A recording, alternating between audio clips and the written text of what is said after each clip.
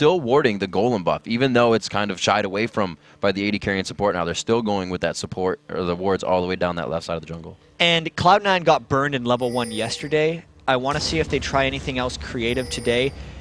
You can see the pings going out already by Vulcun, and that ping by the red buff of the Vulcan's own red buff is where COG placed a ward yesterday, and that's the ward that actually got COG 2 kills. Vulcan's not gonna, or Cloud9's not gonna fall for that, even though there is a chance they'll get caught out because there's 2 solo laners that have started with wards on Vulcan, which makes it increasingly difficult for Cloud9 to predict the ward positioning because they have to track more than just the support. So here we are into game 1. We can see Cloud9 making fast moves here. Rivington III and Jat bringing you live on the Rift. Lee Sin trying to do some damage. Smithy giving a bit of harass. So they know where Cloud9 is. They're just going to get what they want out of this invade. So really the first different level 1 we've seen here coming out of the 3.8 patch. I guess actually towards the end of the day, people were they were doing this as well. Yeah, the first 2 games we saw fights. The next 2 games we saw just a lot of buff warding. And I'm actually surprised we haven't seen more buff trading. I thought there was going to be a lot of teams invading each other's reds and just kind of giving it away.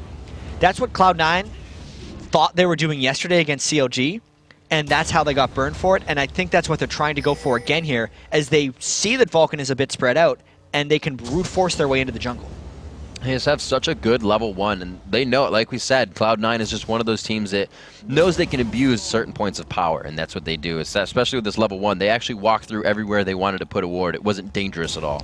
And Thresh level 1 is one of the most potent champions in the game. The 1100 range on his death sentence hook is almost makes it so the other team can't be safe no matter where they stand, which is why Vulcun was just giving Cloud9 whatever position they wanted. And that's how Cloud9 got 4 wards into Vulcan's jungle. And now you have to consider how this happens. We've seen Meteos lose both of his buffs. Now they're going to have 100% vision on the jungler the entire time, and now he has both of his buffs. So they have so much information to act on for the first 3 minutes of this game.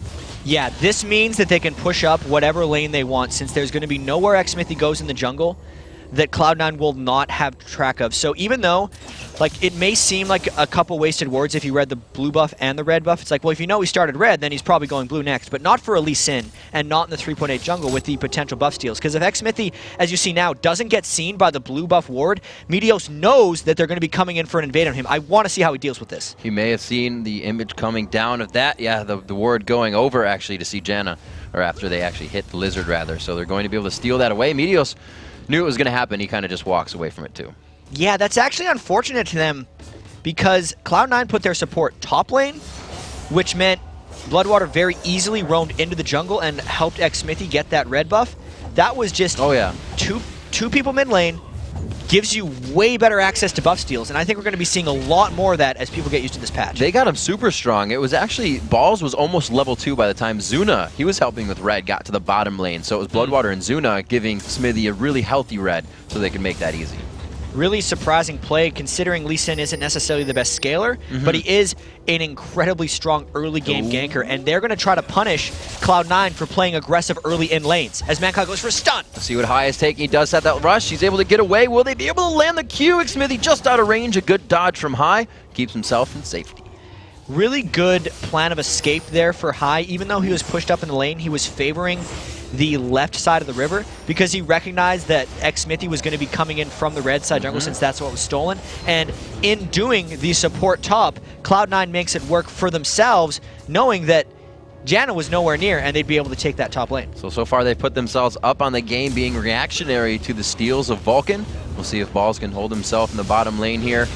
And it looks like 3v1's not going to be too much trouble. He's got a lot better wave clear than nobody being in the lane. Oh no, they're going to the Psycho! Sid, the repel's there, but he's got nothing to go to but he goes back towards the base, or away from the base rather. He may actually be able to get out of this. Yeah, I think he's escaped. It's a tricky little spider. Didn't even have to burn minion flash. Wave just kept pushing up. And now Balls is getting pushed off the bottom turret as well, so this isn't actually a good thing for Vulcun because they might be losing their second tier turret while taking a 1. Taking a little bit more poke damage, so this is exactly what Vulcun needed to do. They stayed strong here. There's only going to be one more wave, and he's got to be pretty careful because they just may decide to go the dive with a second tier turret before 5 minutes going down. We got some super weak from the spring split going on. Yeah, this is now a summer split record for fastest second tier turret taken down. 4 minutes, 48 seconds, because there was no response from Vulcun. Not a single thing was done to help Psycho sit in that lane, and all of Meteos' attention was put in that top lane. Once Meteos lost his red buff, much like he did against Dignitas in week 1 when he lost both of his buffs, he was saying, you took my buffs, I'm going to go to a lane, what now? And it worked out for Cloud9. I was just going to say that. What were they going to do with the next 3 minutes of knowing exactly where the jungler is? Take my buff, we'll take 2 turrets. And I think the gold is going to be in their favor on that one. So with those 2 turrets, so much pressure towards the top lane now that how this is going to focus or affect their focus on Dragon and somebody split pushing that top lane. They can't lose an inhibitor turret before 10. That top lane is so long now for Psycho Sid. Like, look where he is. Psycho Sid could not be farther away from the Dragon. And Zuna is already incredibly low. If Cloud9 wanted to make a play for Dragon, they might be able to. No, Smithy going in on elimination. They may be able to get a kill here. That's exactly what they need. Who do they trade it with, though? It does go to high. That's going to work out for them. Sneaky might have wanted that pretty good, but it all works out in the end as they go 1 for 1. And that is just jungle for support. So in terms of actual lane pressure here, I'd say Cloud9 has a little bit more of a power play. Knowing that Zuna got pushed out by balls in the bottom lane as well means this relentless turret pushing is going to continue here for Cloud9. Yeah, they are putting that power play to the test right now in front of Vulcun. ManCloud trying to put the damage back that he can. Bloodwater there to assist him, and they're actually being quite aggressive. They are risking HP to save this turret because they know they're losing too much too fast. And I wonder how much Bloodwater is going to have to move around the map this game. I think Jan is going to be an increasingly popular pick against Cloud9 throughout this year because not only does Janna have heavy disengage for Cloud9's team fights, she has some of the best mobility due to her passive move speed and wave clear just based off rank 1 Tornado, helping keep the lanes shoved back and getting minions off of his team's turrets. So we'll see where everybody is putting the wards down now. We do have some coming in mid. It's still Cloud9 with some deep, not deep in the jungle, but just placed towards the Wraith camp as well to get that default vision on. And Cloud9 says, we want this mid turret. It's going to be the pressure and probably the dragon soon for them with what they've been doing. And this is just the way I think we could expect this game to play out. Cloud9 is doing as much pressuring as possible right now, keeping the lane shoved, whereas Vulcun is mainly, aside from the couple ganks that xMisty's been doing around, the rest of the team is just mainly trying to farm up. Zuna has been left alone by Bloodwater as Bloodwater runs around and tries to help out lanes, and Zuna is trying to freeze the lane and farm up, whereas like his analog on the other side, Sneaky, has been running around trying to kill people, which is what we expected. And really, with the aggression that Cloud9 shows, and we say they're aggressive, they really play this so calm. They wait for the first few punches to be thrown, see what Vulcun really has to show, and then they say, okay, then we're just going to do this. Yeah, it's like a counterattack. Yeah. Instead of just going for a play, which kind of gets them in trouble, like it did against COG, where they just said, all right, we're going straight into the red buff, we're going to trade, you do this to us. It's now Cloud9 saying, we're ready for whatever you throw at us. As soon as they see where Vulcun goes, Cloud9 does something for themselves. That was a good chunk of damage coming out of a Q there. He's trying to go in again for another shuriken. A Q and a W will lock him down. A W is not in range. He flashes off of it. Definitely would have been Psycho Sid going down, but every lane, it doesn't even have to be a Zed. It doesn't have to be those playmakers. They're doing it alone on Rumble and Kennen right now. Meteos getting the lantern out on the Thresh Express, and he is going to be safe. And I'm trying to figure out what happened there with Mandatory Cloud's ultimate. I thought he was going to be coming to the... I'll find out later what he did there, but that was a very curious ult by ManCloud because that is an incredibly important cooldown based off the way Cloud9 is playing their lanes. Smithy, yeah, he did get that over. I actually thought he got that for a second. Would not have been good, but now they finally focus on Dragon. So this is Cloud9 not really taking a huge advantage for Dragon. It's still Psycho Sid now coming in with full health. That lane is long, but he was moving before this happened. So Vulcun making moves. Yeah, and the longer Vulcun holds this here, the closer Zuna gets to the fight. So this is potentially dangerous for Cloud9. Zuna coming in, he does not have much damage yet. Oh, slicing Maelstrom for the backside, he kicks him right into the team! High is gonna go down. Didn't get enough damage there. There was too much focus. They continue. A great resonating strike. He goes in for the kill with the Tempest, and it looks like they can continue this one. ManCloud finding a kill there, and the window worked in their favor, oddly. Yeah, Lemon Nation actually hooked in to die at the end of that fight because he thought he was going to be able to stop xMithy. And that was Cloud9 taking a lot of damage at the Dragon because they knew they had the man advantage, but they took even more poke at the Dragon and damage, which allowed Vulcun to just close down in on them. So the 975 gold the Dragon versus about 1,400 gold worth of kills that Vulcun gets means Vulcun won that trade. It was a little confusing to me why Cloud9 waited so long to go for the Dragon. Vulcun was healed up. Psycho Sid was back to lane. They had a, like you said, the Twisted Fate ultimate had just gone down. Maybe would have pushed mid and then gone for Dragon. But nonetheless, the play is over. Vulcun makes a big play there, bringing themselves within 200 gold here. 4 kills coming off, not off of that, but now 4-1 as we reach 10 minutes. And 2 of those kills going to ManCloud could be really important too. He just got those couple Thorns rings right now, but if ManCloud gets going a little bit, he's going to be able to shut down a lot of the way Cloud9 roams around. But they really need to be able to hold off this turret. Cloud9 is relentless. They get definitive when something like that happens. They're like, no, let's clean that up. Make sure we get something back on it. And it's already 3 turrets to 1. This is pretty much the turret score in all of Cloud9's games, even the one they lost against CLG. So Vulcun trying to survive this onslaught right now, and they're doing quite a good job of it since they're only down 900 gold, despite being down 2 turrets and a dragon. Right, they're doing well. Cloud9 has these chess pieces that they've already moved into position, right? Elise is up top. That mid turret wasn't really stressful for them to take down. It was something they almost had prepped if the dragon went awry. So they're really setting themselves up for situations to happen, but they can't have any more fights like that because Vulcun will take advantage of every one of those. Yeah, and since Cloud9 should also be stronger in a lot of these early fights. The Draven, very early on, just Thresh, I believe, still isn't even level 6 for Lemon Nation. The Cannon Ultimate hit like 4 people. Like, these are very strong. Like, mid-game Dragon fights for a Rumble Cannon team are what they live for. Yeah. So when that didn't work out for Cloud9, it becomes a very dangerous game for them. Smithy just keeping this mid-wave push. They're looking to keep the pressure, just at least a line of scrimmage up and down river that Cloud9 is not crossing. You see they push this river. They have high and balls in that bottom lane. Power in numbers, that rule of thumb. If you cross the river, don't do it alone. They could go right onto Zuna. Whoa! He thought he was safe for a second.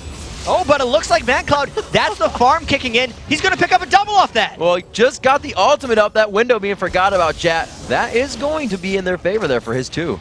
Exactly, like Zuna is just a little puppy dog that was used as bait right there for Mandatory Cloud. It's only 12 minutes. Exactly, it's only 12 minutes. There's no way Zuna's a threat yet. They're trying to shut down his farm because they know that if Sneaky can't outpace Zuna, then Zuna's going to outpace him like crazy late. But that's why it was so important that ManCloud got those early kills. Coming in there with a needlessly large rod gave him a substantially larger amount of spike and a very easy double kill pickup there off of Cloud9's turret dive. I really don't know how many times, whether it was Mandatory Cloud focused by 7 people in the beginning of the game and he was down 100 CS, or it just happens where he picks himself up a double kill and then another double kill, and he just starts to come back in the game and super carry, and he really is starting to do that now. 12 minutes in, the first TF ult kind of made us think. The second TF ult picking him up a kill. Looks like Lemon Nation finds another death sentence for himself. Ball's taking some damage here as he tries to pick up that Smithy on the way out. And X-Smithy's the one trying to run around making plays, and it's actually not costing him that much. He's only 21 minion kills down onto Meteos.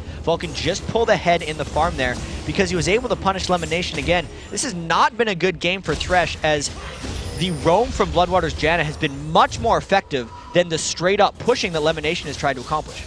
Both teams definitely have their advantages right now. That top turret being down, a pretty big one for Cloud9, but they don't seem to be pressuring it whatsoever. Even with Dragon objective free right now and off the map, they're not putting too much focus towards that top side. Not at all, and it's because it's such an incredibly long lane versus just this asymmetrical amount of turret destruction that Cloud9's put against themselves. The closer Vulcun gets to Dragon, the more turret support they have. And since Cloud9 is trying to get the Dragon control, since that's the big reason they lost the game against CLG, Cloud9 says we need to be able to control Dragons when we have pressure. They don't care about this top lane, and it's actually resulted in letting Psycho Sid get a lot of alone time up there, and that's why he's the full 18 minion kills ahead of Balls. So it's almost like pushing yourself into a situation you can't approach yet. Exactly. Since they killed 2 turrets that early in the game, that's when Cloud9 has to run around to the rest of the map. And if they don't make that 1,500 early gold count, it's not going to matter, because the difference in map pressure that early in the game from having 1 turret down in the same lane to 2 is almost nothing, since everything else is still alive and the other objectives haven't changed. All right, well, what they really want is coming up in 1 minute here. Not too much coverage on any wards, is they are starting to just hover top. They see Sneaky, they want to take him down. You see the jungler heading mid. Where are you, Meteos? Meteos in the bottom lane, so he's ready for this to come up, is the team. And I'm a little surprised by ManCloud's Zhonya's Hourglass Rush. A lot of times you'll see that as a Twisted Fate if he's against like a Kha'Zix or a Zed. Right. Because he can prevent himself from that assassination, but since Cloud9 is typically a magic damage team, he's doing this Zhonya strictly for the TF initiation. TV Kid rocked it yesterday. Teleport right next to someone, pop that Zhonya's, and just go for it. And it is needed for Cloud9 since they don't have hard initiation, but it's interesting that he didn't go for more damage right off the bat since it's still so early. And really, such a close game if you haven't forgotten already. It's only a few hundred gold, 800 gold to be exact. Cloud Taking a shot there high on the Q. And this is actually Vulcun trying to split push the lanes while Cloud9 takes the Dragon. I don't know if this is worth it for them because there's multiples pushing down mid, and Psycho Sid is creating some more action in that top lane. There's the ults going on. Oh, wow. High trying to jump out of the Xmithy ultimate. The Dragon Rage not going to hit. A nice Rumble ultimate keeps them from initiating the fight again. Does he go down? No, he gets out with a sliver of health. Can he hit the Harpoon? He gets locked up. Will the teleport come in with the shield down in no time? No, the Flame Spitter is too much. He gets burned down. So does Bloodwater, and they're going to look for more off of this. That's a big break for Cloud9 right now. You have to give credit to High for holding that mid turret and turning it around. Cloud9 killed that Dragon so fast, ran mid to support, and then cleaned up Vulcun before they could run away. Psycho Sid also didn't even get the top turret, so this is such a power play for Cloud9. It's always a game of chess for Cloud in these fights. High played that so well, flashing before Lee Sin even got to the insect kick play to put him back into the fight, and then he held himself with 3 in mid. But they were able to come back on that. So 16 minutes in, they finally pick up one of the gold leads we're finally seeing.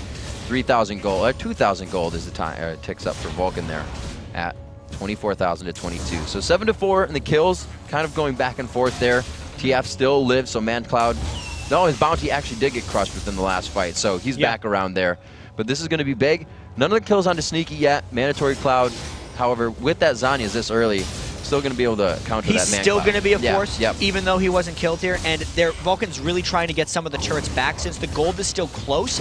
And they know that Cloud9 had to go deal with other things after making that big play. Vulcun might be trying to press real hard here. Oh my. Smithy wanted it so bad from that fight to this fight and just absolutely dropped. Meteos goes down and they look to take the turret. I don't know if they're going to be able to get this turret, but they did get that kick kill onto Meteos once again, and another kill went into the hands of ManCloud. So this is still a very close game, and we know how threatening Zuna's going to be. I don't know if, like, Zuna's not probably as threatening as what a Tristana would be against this particular Cloud9 composition, because if Kennen gets onto Zuna, Zuna doesn't have a way of avoiding it, whereas Tristana has 2. Tristana would be able to knock Kennen back or jump away, and that's one of the reasons that Kennen couldn't shut down Doublelift at all in Cloud9's loss yesterday. So probably a slightly different situation here for Cloud9, where they're not against as big of a ticking time bomb as far as Vulcan's team composition goes, but Vulcan is still actually feeling pretty comfortable about having a 2-turret disadvantage, being 0 for 2 in Dragons, and still only being down. Obviously, they don't know the gold, but they know they're not down by much. Once you know how Cloud9 fights, and that's pretty much to go in aggressive, I'm seeing where Zed would be such a huge pick still for this team in general, right? Kennen he needs flash. Unless he just does a walk-up E and initiate with Slicing Maelstrom. When you have Zed, you get that on your E cooldown, or your cooldown rather, not E, all the time for your Shadow. So you can initiate on that back line and get to it. They're blocking that out. Lee Sin could not have done that jump if they had Zed on the team right there. And also, Zed is one of the few things that can initiate through a Janna ultimate, because when he ults, when he puts his death mark on someone, he gets a Shadow clone right next to his target. So even if he gets knocked back, he can immediately jump back to that clone that the ultimate creates and finish off his combo. So even from the get-go, it means that the Janna pick is just super potent against Cloud9, especially when Cloud9 can't have Zed. And now we're 18 minutes into this one. These guys have been switching things up on us. We haven't really taken a look at the inventories just yet, as both teams set up here in mid for a possible tango. We do see the Golem Spirit coming out onto Meteos. Very common knowledge if you're a Nasus, you want to run around the team fight with some tenacity. But the Aegis kind of being rushed right away here for Xmithy to be that utility in the late game for his team, knowing he's just going to be jumping around, giving auras. And all 3 of the Lee Sin jungles that we saw yesterday actually rushed the spirit of the Golem Spirit that Meteos has right now. But Xmithy went for the Aegis, and I actually like that, since Xmithy's job in these fights isn't to kill people by himself. He is jumping in, he is kicking someone backwards, and then he is getting back to his team for the auras. So Xmithy can accomplish that with or without the Spirit of the Ancient Golem. I like the Aegis because it just gives them more versatility against the double AP comp that Cloud9 has. I believe that Null Magic that Xmithy has is going to turn that into a Runic Bulwark, probably even before Xmithy finishes his upgraded boots. And looking around, it's still the Zhonya's coming in for both of the AP mids. That's high on Kennen.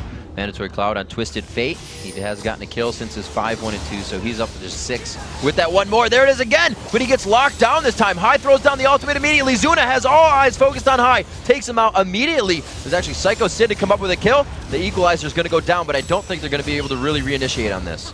And that's because all of Cloud9's ults were used before they were ready for that fight. xMithi didn't even get the kickback in the perfect direction, but he did create the action and allowed the rest of Vulcun to go up. Also, the magicness from that Aegis is the whole reason he didn't die to the AoE amidst all that action. Another nice kill for Vulcun.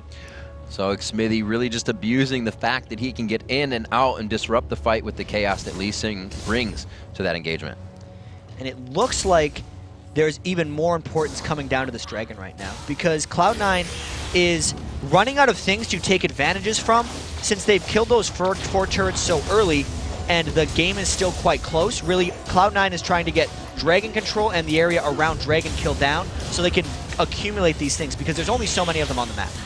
And it's almost like it fuel. The catalyst for Cloud9 to really force themselves into doing something is losing somebody in a fight. Because right after something happens, again, they take a turret, they flip that switch on. Right after they lost, it looked like they were chasing down mid like rabid dogs. But then they're like, oh wait, let's just grab the turret. It's got to be activated before they lose something. Yeah, in a little bit of, in some of the ways, they need to be able to be a step ahead of Vulcun. Right. Which, maybe what's happening right now, I'm not sure why Vulcun had xMithi and Zuna up in that top lane, because that just means this is an uncontestable Dragon that Cloud9 desperately wanted and needed. Good money, good gold. 31.6 or 31.5 to 30,000 gold. So it's only gold lead is back and forth now, closing that deficit for Vulcun, getting very, very small. But they are still down in turrets, which means their global presence needs to be picked up here, and Zuna's going to do a little bit to help that out. Zuna still just has the Blade of the Ruined King. If we look, he's still only at a 6,100 gold mark right now on AD carry, and honestly, at Kog'Maw, probably needs close to 12,000 gold before he really starts ramping up. So Zuna's got a long ways to go. That means 35 minutes, maybe 40 minutes is the point where Zuna wants to go in, and Cloud9 doesn't play generally that slowly. If Cloud9's going to be making some action, it's going to be before that 40-minute mark. So we'll check back with us in 20 minutes to see if this game's still going on, and if it is, Zuna's going to be scared. Now, this is a pretty neat buy by Sneaky here. Neat or just, you know, comfortable for him that he goes, Draven's more of that single target AD carry, and he's buying the Shiv up to really maybe go back on the split push that they're finding right now from Vulcun.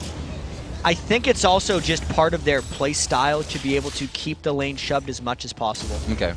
I think Sneaky's going to be someone who builds static Shiv more than other AD carries just because of that. All right. So chasing on the Void Ooze. Wow, Meteos just tiptoeing right around that one. Wasn't able to engage the fight. And xMithi again. And look at this. He's already opened in the book. He's wrote the first page. He's saying, I'm going to dive in. Second page says, I'm going to ward and then kick somebody. And it's telegraphed every time, but he makes it work. And so that's what meant you know you're good Lee Sin. And that's why they pick it so early for xMithi off. Yeah. Some teams ban it against Vulcun as well, just because of the comfort that xMithi has on that champion. And I'm actually surprised at how much alone time Psycho Sid's been getting in this game. That's like the third time we mentioned it, so they're still ignoring him. He's gonna be big. 171 minion kills, just kind of hoping someone wanders. Don't know who's gonna wander into that tri-bush because there's minions at the turret, so Sneaky's gonna be over there taking them, but I wonder if Psycho Sid's gonna be able to start creating some action on his own since he's had so much free time over there, as well as being able to pick up some garbage kills in fights. I remember, I think it was in the tournament at the end of the season when Psycho Sid was going crazy on Elise, and that was the ban for him. Oh, look out! Oh, xMithi! That's the first time he's had to use his ult in defense! They go right onto Zuna! That's the backline they needed! Right when the flash is up for high, he can get into the fight, get the execution, the initiation they need. And this is the danger that Vulcan's been running for a while. When they have Psycho Sid and ManCloud off on side lanes, Zuna and xMithi should not have been safe in the mid lane, especially without the Janna for protection. Now, all the ultimates of Cloud9 have been burned, and there's still 3 members of Vulcun coming in, particularly the strong solo lanes. This could very well be a Baron fight. Cloud, they're going to be taking a lot of damage in here. Lemon Nations is quite low. They're going to get a kill out of this. Psycho Sid takes down Lemon Nation. That's going to be xMithi still down in the fight, though. A good ult from Bloodwater means they're taking damage from Baron and not doing it, but the Baron goes down, slain by Sneaky, and it looks like they're going to be able to get this kill up here. Finalizing that one onto ManCloud. A good try by Vulcun there. That was an incredibly calm Baron by Cloud9, considering how scary that situation looked. But they recognized that there were no big ultimates that could clear their whole team from Elise and Twisted Fate. They're both very single target in their fighting. They knew that as long as Meteo stayed alive, he would smite it and nothing could steal. And they knew that Bloodwater wasn't really a threat. So instead of Cloud9 trying to peel off and engage, allowing Bloodwater's Monsoon Janna ultimate to bash them away, they just stuck in the Baron pit, got the Baron, and killed Vulcan when they came in to harass them. That was really well done. So now Vulcan has a bit of thinking to do before their next engagement. They're trying to pick up everything in their jungle while they know it's a bit safe to run around here. High picking up his blue as well before they re-engage. We'll have to see what Bloodwater does for this wardage right now. We'll see Lee Sin pushing bottom, map's objective free, so it's probably going to be everybody cleaning up as much as they can before they're forced into that next fight. And right now, Cloud9's thinking about how they can find their next dive. They have the Baron. They know they don't want this game to go to 40 minutes. So they have this 4-minute timer Baron to go and make something happen. They're cruising through the jungle. They already see Xmithy, who wants to make an escape, but they're just going for as much damage and pressure as they can get. The death sentence missed, so he's going to be able to walk out of this one. The TF ulti a little bit behind Meteos. Oh, I thought he was going to get locked up walking through the minion lockup. They are able to get out of this one, and really Cloud9 this far into the game, obviously they're going to build items for fighting, but they're building items to stay in the fight. Rumble's first completed item becomes the Rylai's. Yeah, he's very much going for the initiation. They have enough damage, especially when they bring Sneaky, and this turret right here is incredibly difficult to hold. High wants to jump into this fight from the back. That's why there's wards over the wall. Ooh, big initiation down from that cooldown. Dangerous August. There's the Rumble ultimate. Equalizer going down the backside. The Rylai's not allowing him to get out. Good damage from Sneaky. And Rumble to capitalize on that kill. They're able to come up with a turret as well. And Cloud9 finding the momentum they were looking for all match. And as we were saying, that turret is so difficult to hold, but Vulcan were actually the ones to start initiating that fight. Cloud9 doesn't even have to dive because they got those 2 kills outside of the turret. They're going to take an inhibitor off this one. See this inhibitor going down around 27 minutes. So with a bit of a lull, Cloud9 definitely going to go back and figure out what happened during that time where Vulcan was able to grab a foothold, because now this 5,000 gold lead is definitely going to put Vulcan on the back foot. The Lich Bang being finished for Twisted Fate. We haven't really seen any of their ultimates for about 5 minutes being used offensively as Xmithy kicks High in the face here.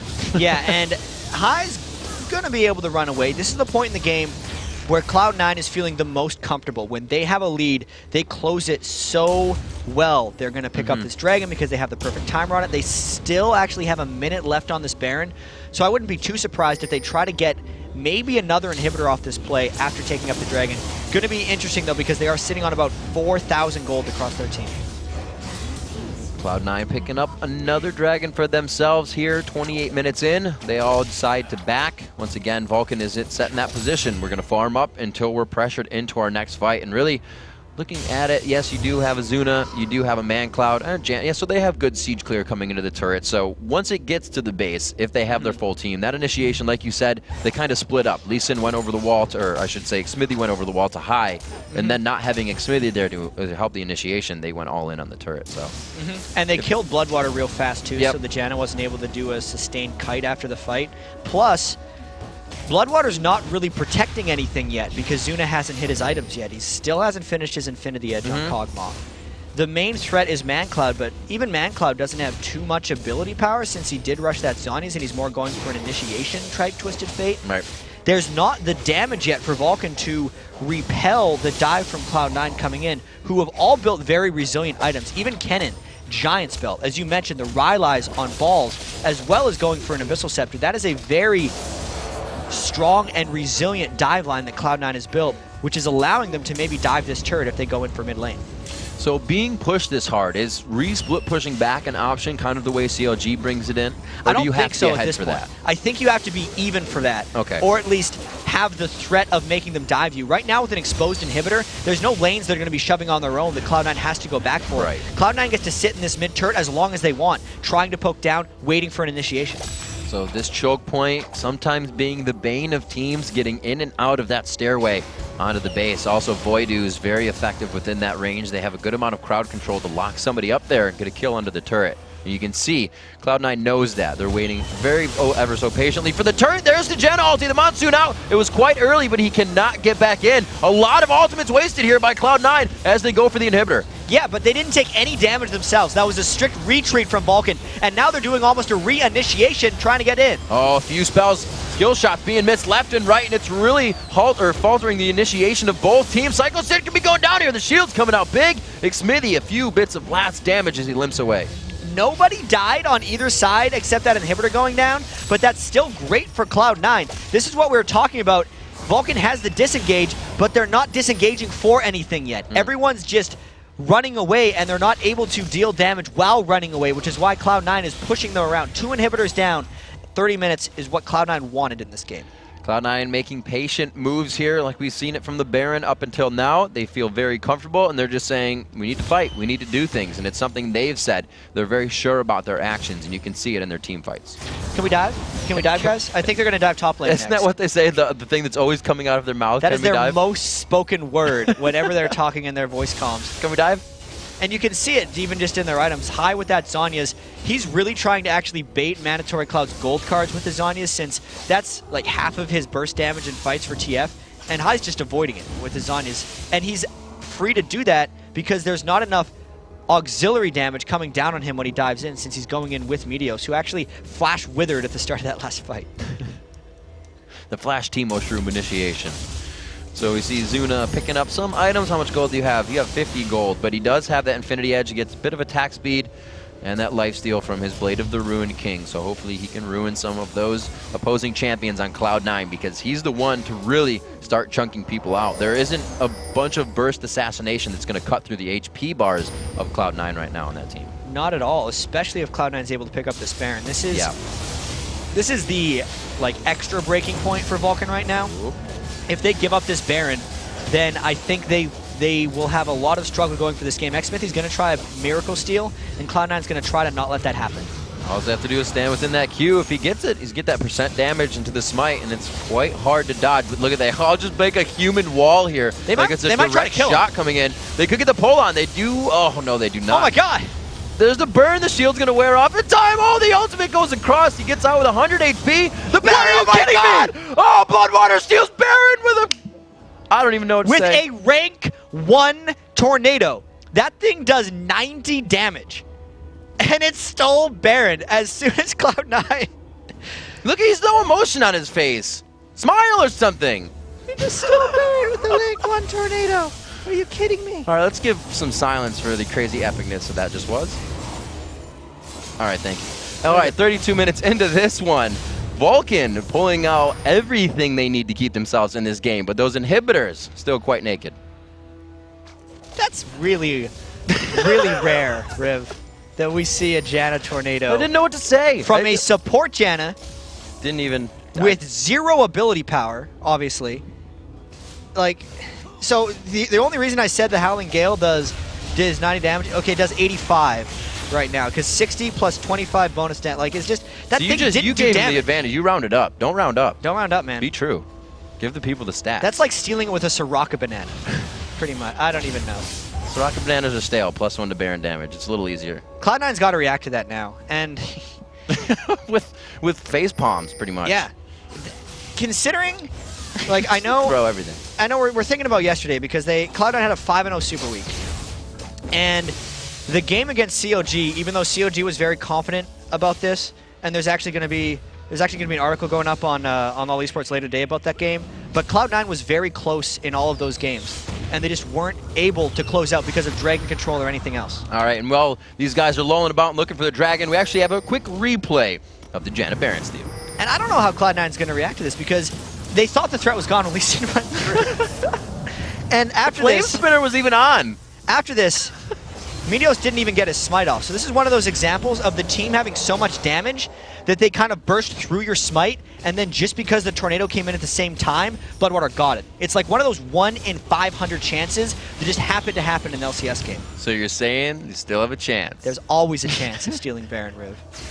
So we're going to see... Once a Gangplank ultimate stole Baron from 5 of us doing it, because I saw the Baron at 605, and this is back when, I think it was 605, this is back when Razor did like a 600 damage proc, and I Razor procced it, and then had 5 health yet as a cannonball hit it. So I never got in smite range for it. My smite, I was waiting on the smite number. That you knew of. And as soon as the smite number was there, the Baron was gone. Cloud9, they all just put themselves in a Ferrari and drove down to the bottom lane, speedy style. They used the Shirelias for that one, thinking they could catch Vulcun off guard and grab the inhibitor before any reaction, but Vulcun is there. They were in the command ship, and they have landed to defend. Yeah, and I don't know if Cloud9 wants to dive the team with Baron. Remember when we said check back with us at 40 minutes? Oh, the hook on Bloodwater is not going to be engaged on. Remember when we said check back with us at 40 minutes? We're 5 minutes away. and the inhibitors have respawned. So Vulcun might hold on. But they got about 5 minutes to hold on. This I would feel be like ridiculous. Yeah. All right, so we can Zuna already considering that, hey, we need to start building some magic resistance, or at least for himself. He knows these fights are big. He knows he has the damage and the attack speed with those two and the passive on his Q. A little bit of rhyming. At 35 minutes, these guys just holding out on that Baron. It's not usual that you see a Baron used in defense, but they are doing it in grace. Oftentimes, it doesn't happen that frequently. When a team is down inhibitors and still get a Baron, the game stops because the team with Baron needs to defend their base, and the team without Baron isn't strong enough to tower dive a team in their base because the other team has Baron. And this is just allowing Vulcun to slowly inch their way back in here. So really, eyes on for Vulcun. Is it going to be ManCloud, Zuna, their positioning? What are we looking for?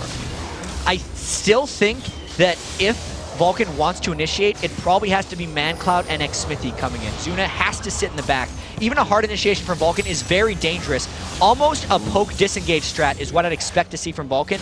And waiting out as long as possible. Like, we said check back at 40 minutes, but if Vulcun wants to win, I feel like see us in an hour, because when the game's 60 minutes is when they'll be strong enough to win. And we saw Meteos taking a bit of damage from Zuna there, but you have to consider that was 3 standing still shots. You don't have time to stand still for 3 shots in a team fight, so this is going to be big. If he's still 75% health, they got to make every one of those shots count. And the Baron is gone, so if Cloud9 was staying up here for a reason, it's because they want to go back in for these inhibitors or they want to dive. All summoner spells and all ultimates are up in this game right now. You know, aside from Xmithy's poor little smite. But that doesn't matter in a team fight. We'll see if Cloud9 tries something hard here.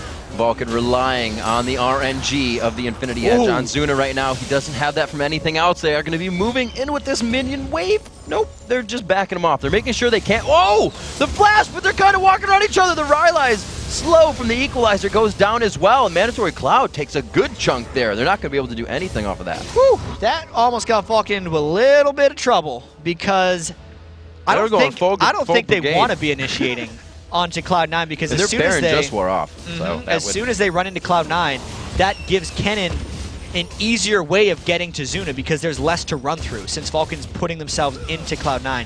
Nobody ended up dying there, but I think that kind of showed us that both teams are equally scared of each other, and we have ourselves a new game thanks to the Miracle Tornado. Something. No idea. So coming in here, almost, you know, that could be completely planned if Cloud9 timed that Baron very, very well. They would have said, it's going to wear off in 5 seconds. Let's dive this. It's not going to matter. And, you know, it almost worked. I don't think they were thinking about it. Vulcun almost just bit into the runaround with that brigade of minions. So at 37 minutes, we do have that Baron back up in 1 minute. However, I don't think we're going to get the steal from Bloodwater, but I'm going to leave it up to chance. Maybe he can get it again. Maybe. I mean, my Janna mechanics... I bet you if you set it up for him to try, he'd miss. Yeah, my Book of Janna knowledge was a little bit rusty. I want to correct this. Maxed charge rank 1 tornado when it spins, does 135 damage before resistances are factored in. So it did a little bit more than 80. It's like an auto attack is what he stole it with. But I just wanted to make sure that's technically correct so we realized how ridiculous that was. Reddit thread debunked. No thread. Somebody just deleted it.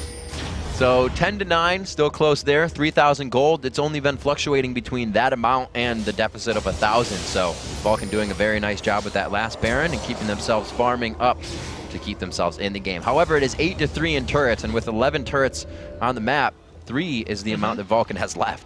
Yeah, and not the funnest ones to have left, right? No. At least they have the Nexus turrets. At least they have double Nexus turrets holding themselves up. MadCloud actually used another TF ultimate just to kind of scare off because the Baron is once again a threat. And the thing with these Nexus turrets as well, one, obviously it's the ones the farthest away from the Baron, but having a side one down means you have an easier direct line at Nexus turrets. You're not getting shot by both as you would be from the mid, so even the lines they have are a really big advantage here to the win. Yeah, I wonder if Vulcun can defense this Baron, or if Cloud9 is just going to be so scared about doing it, they're going to just try to play this back and forth Baron boogie for like 5 or 10 minutes and hope they get an engage. Like, there's got to be a lot of doubt going in Cloud9 right now, just knowing that they were essentially a miracle away from closing out this game entirely, and now they have a much more difficult task in front of them now. And the thing is yeah, the Bloodwater thing was awesome, but it doesn't for sure say they can steal another Baron. So this is still very, very scary for them. It's not like, yeah, we got it last time, you do it again. This is very murky water. And it's gotten kind of to that point now. Zuna does do damage if we have an initiation fight because he's got his last Whisper. He's hit 12,000 gold on Kog'Maw, which is you know, the point of 3 big items and 1 defensive. Plus, ManCloud has put the offense into his initiation build as well. Now sitting on 607 ability power on Twisted Fate, so he hurts as well. This is becoming dangerous territory for Cloud9. It's been a super different game in the build. The Rabadowns were the last things built. It was the Rylai's rushes all came long for everyone here. And exactly. It's weird. There's still the defensive itemization on Cloud9 as well. Fight. These fights are lasting because the huge burst isn't there. And Cloud9 trying to go in for a fight because they know Vulcan's spread out, but this is that disengage that Vulcan's trying to do. I don't think Vulcan wants to fight them straight heads up unless they get something really good beforehand. Just a little bit of back and forth, showing each other what they have. You can see Zuna on the outside. He's really trying to use the range that he will have from living artillery and that void use to keep himself safe. If he's positioned in the jungle, he's so much more easier to catch. He's trying to keep himself in the open. If Cloud9 can get a fight in the jungle here, it's probably beneficial to them. Right. ManCloud went to shove a side lane, and Vulcan is all around the outside of the Baron. Not everyone can get in, and if there's a fight here, they're unprotected. It's almost like a steal, but Cloud9 again tries to initiate instead of finishing. There's the Void Ooze. They back out, so the Rumble ulti is down. They're going to be able to connect a few things on this. That looks like they just back out, but for them to be that unsure definitely has to give Vulcan some ground. Their confidence is shaken here. Yes. One of the things is it's difficult to smite Race Elise in because he's a very potent smiter since he can spike it with his resonating strike, but it's just like a little bit of post-traumatic stress disorder for these guys right now because they are scared of that. There's another tornado! They can't, oh my god, the tornado's gonna kill everyone! They can't necessarily initiate that hard onto Vulcan, especially when Vulcan was like so spread out.